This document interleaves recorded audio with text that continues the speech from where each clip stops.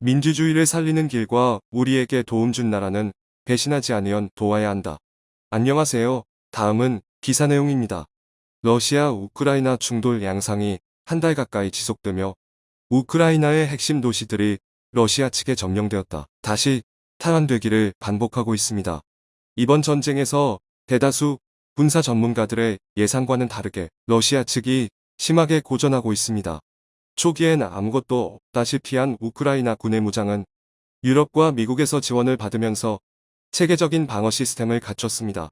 특히 미국은 군사위성과 첨단 감시자산을 동원하여 러시아군의 이동 경로와 그들이 노리는 우크라이나의 핵심 시설에 대한 정보를 제공하여 우크라이나 측 군사들이 해당 지점 근처에서 매복하고 있다가 러시아군을 기습하는 게릴라전의 양상이 이어지고 있습니다.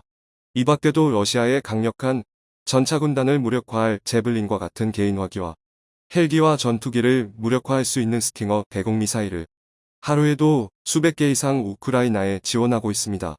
러시아 측도 이런 사실을 잘 알고 있어 우크라이나의 물자 보급로를 차단하지 않으면 이번 전쟁에서 승리할 가능성이 없다는 판단을 하고 있습니다. 특히 수도 키이우와 제2도시 하르키우는 민간인이 많이 거주하고 있고 각종 높은 건물이 많아 게릴라식 시가전이 자주 일어납니다. 이런 경우 수비하는 쪽이 매우 유리한 위치를 가지고 있습니다. 높은 건물 옥상과 복도에서 저격수와 개인 화기병이 배치되어 시내로 진입하는 헬기와 탱크 등이 완전히 무력화되고 자국 전략 장비가 불타며 망가지는 걸 보는 러시아 측 군인들의 사기는 매우 떨어져 다음 작전에도 실패하게 되는 악순환의 반복이 일어나고 있습니다. 러시아 측은 이런 양상을 뒤집기 위해 폴란드로부터 시작되는 군수물자 보급로를 차단하려 노력 중입니다. 우크라이나와 국경을 맞대고 있는 폴란드는 현재까지 우크라이나 측에 가장 많은 군수물자를 공급한 것으로 알려진 국가입니다. 폴란드는 과거 소련의 위성국으로 국력이 약해 많은 불이익을 당했기에 러시아 측과 사이도 매우 좋지 않으며 우크라이나가 러시아에게 점령당한다면 폴란드는 러시아와 국경을 맞대게 되어 과거 불행한 역사가 반복될 것을 우려해 필사적으로 우크라이나를 지원하고 있습니다. 한마디로 우크라이나가 먹힌다면 다음 대상은 폴란드가 되는 것이 불보듯 뻔하기 때문입니다. 폴란드가 예상한 것처럼 러시아는 우크라이나와 폴란드 국경 인근 지역에 포격을 하며 서방 세계의 군수물자 보급로를 끊기 위한 작전에 돌입했습니다. 며칠 전부터 러시아 군 당국은 우크라이나 르비우 지역에 전략적 타격을 감행하고 있습니다. 르비우는 폴란드와 가장 인접한 우크라이나의 대도시인데요. 서방 세계의 중요 물자 보급로로 활용되고 있는 곳이기도 합니다.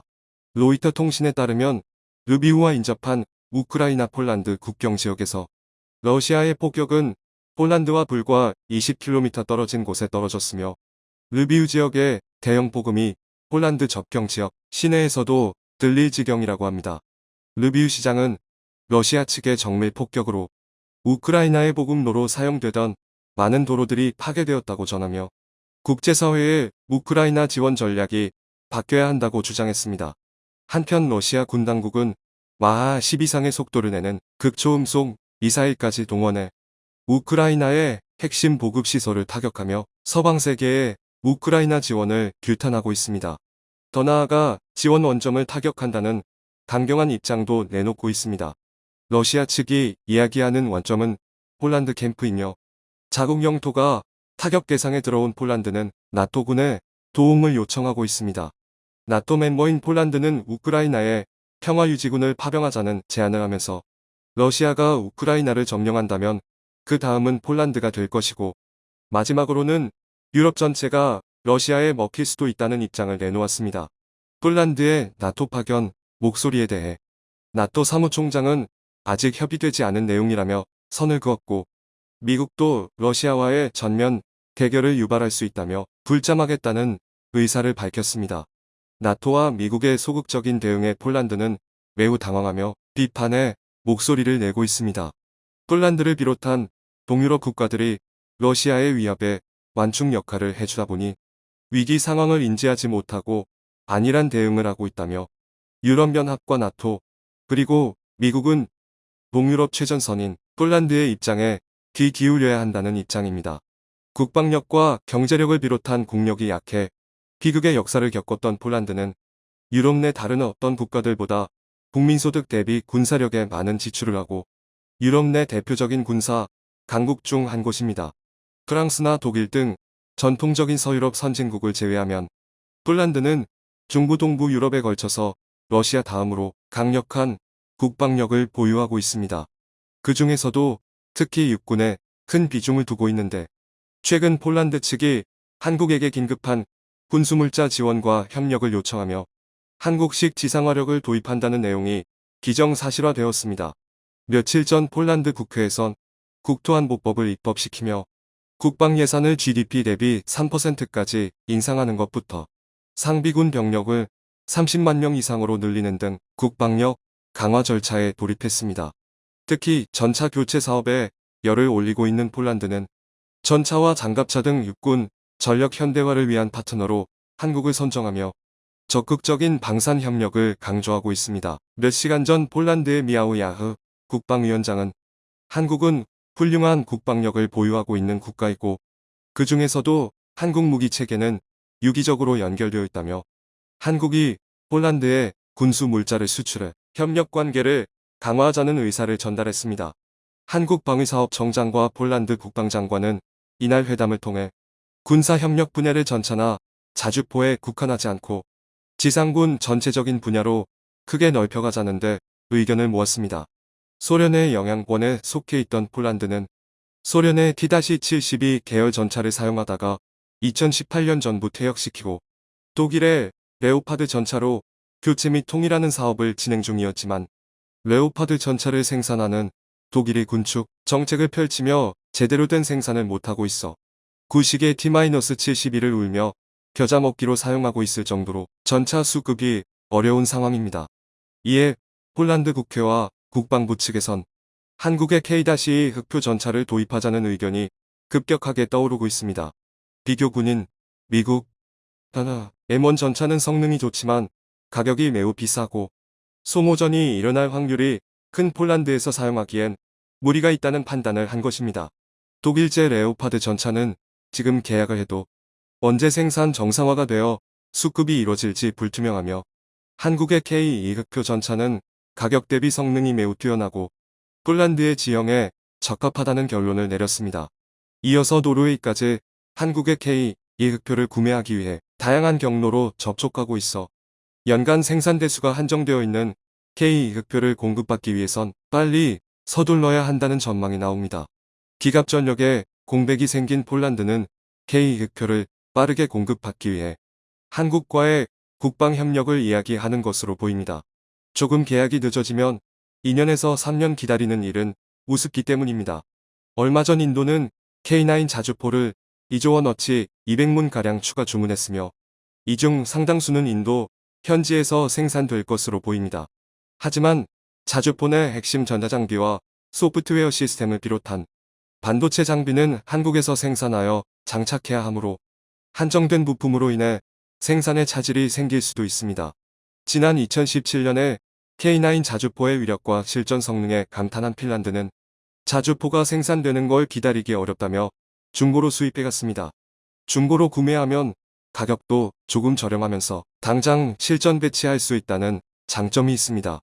핀란드는 러시아 측과 세로로 길게 국경을 맞대고 있어 러시아의 위협에 항시 긴장하고 있는 나라이기도 합니다. 하지만 K9을 실전 배치하며 국방력에 자신감을 찾고 있는 상황입니다. 이 밖에도 나토 회원국인 노르웨이가 K9 자주포와 K10 단약 공급차를 구매한 이유 역시 러시아와의 분쟁 상황을 염두에 둔 것으로 확인되었습니다. 북해 인근에서 러시아와 국경을 맞대고 있는 노르웨이는 러시아 측과 천연자원 채굴권을 놓고 북해의 천연자원 매장 지역에서 갈등을 비춰왔습니다. 폴란드와 핀란드, 노르웨이가 러시아를 견제하기 위해 차례로 K9 자주포를 사가며 가장 최근엔 러시아 바로 옆 에스토니아마저 K9 자주포를 구매하기도 하였습니다. 러시아를 둘러싼 유럽 회원국들이 스스로를 지키기 위해 한국산 무기를 너도나도 사는 상황에 기갑전력에 구멍이 생긴 폴란드는 독일의 레오파드를 제치고 K2 흑표를 구매할 것으로 전망되는 상황입니다. 러시아와 국경을 맞대고 있는 동유럽이 어수선한 가운데 우크라이나 지원 최전방 역할을 맡고 있는 폴란드에 미국 바이든 대통령이 순방을 한다고 공식적으로 밝혔습니다. 25일 바이든 대통령은 나토 회원국들을 비롯한 유럽연합 지도자들과 만나 우크라이나 지원에 대한 국제 공조 방안을 논의한 뒤 폴란드에 방문한다는 계획입니다. 폴란드에 방문하여 미국과 서방국들이 지원하는 대러시아 견제 장비들이 제대로 우크라이나에게 전달되는지 시찰하면서 폴란드 국방장관을 통해 러시아에 맞선 폴란드 최전방 부대들의 화력 시범을 볼 것이라는 예정이고, 여기엔 한국산 K9 자주포가 큰 활약을 할 것으로 보입니다. 바이든 대통령이 유럽을 방문하는 것은 러시아가 우크라이나를 침공한 이후 처음이며, 백악관 대변인 측은 바이든 대통령이 우크라이나에 직접 방문할 계획은 없다고 밝혔습니다. 즉, 폴란드와 우크라이나 접경 지역에서 전시 상황과 물자 이동 상황을 시찰할 것으로 보입니다. 이어서 러시아에 대해 지금보다 강경한 대응을 해야 한다고 주장하는 안제이 두다 폴란드 대통령과 정상회담을 할 것으로 보입니다. 이 과정에서 미국의 결정으로 대러시아 제재와 군사적 조치가 지금보다 강력해질지, 아니면 이전 입장과 동일하게 우크라이나에게 후방 지원만 해주며 소극적으로 상황을 지켜보는지 여부가 결정될 것입니다.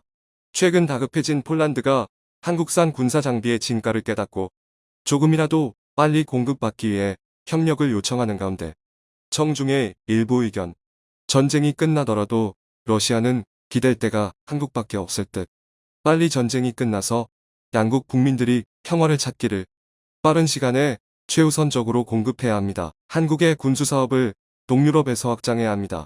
일단 뿌듯하기는 하지만 우리 자주국 방역부터 완비해야 할 것 같습니다. 우선 KF-21이 완성되고 핵잠과 핵항모가 완성된 후에 무기 수출을 적극 장려해도 될 것 같습니다. 전차나 자주포 몇 대 잘 만든다고 자주국 방역이 월등히 좋아지지는 않지요.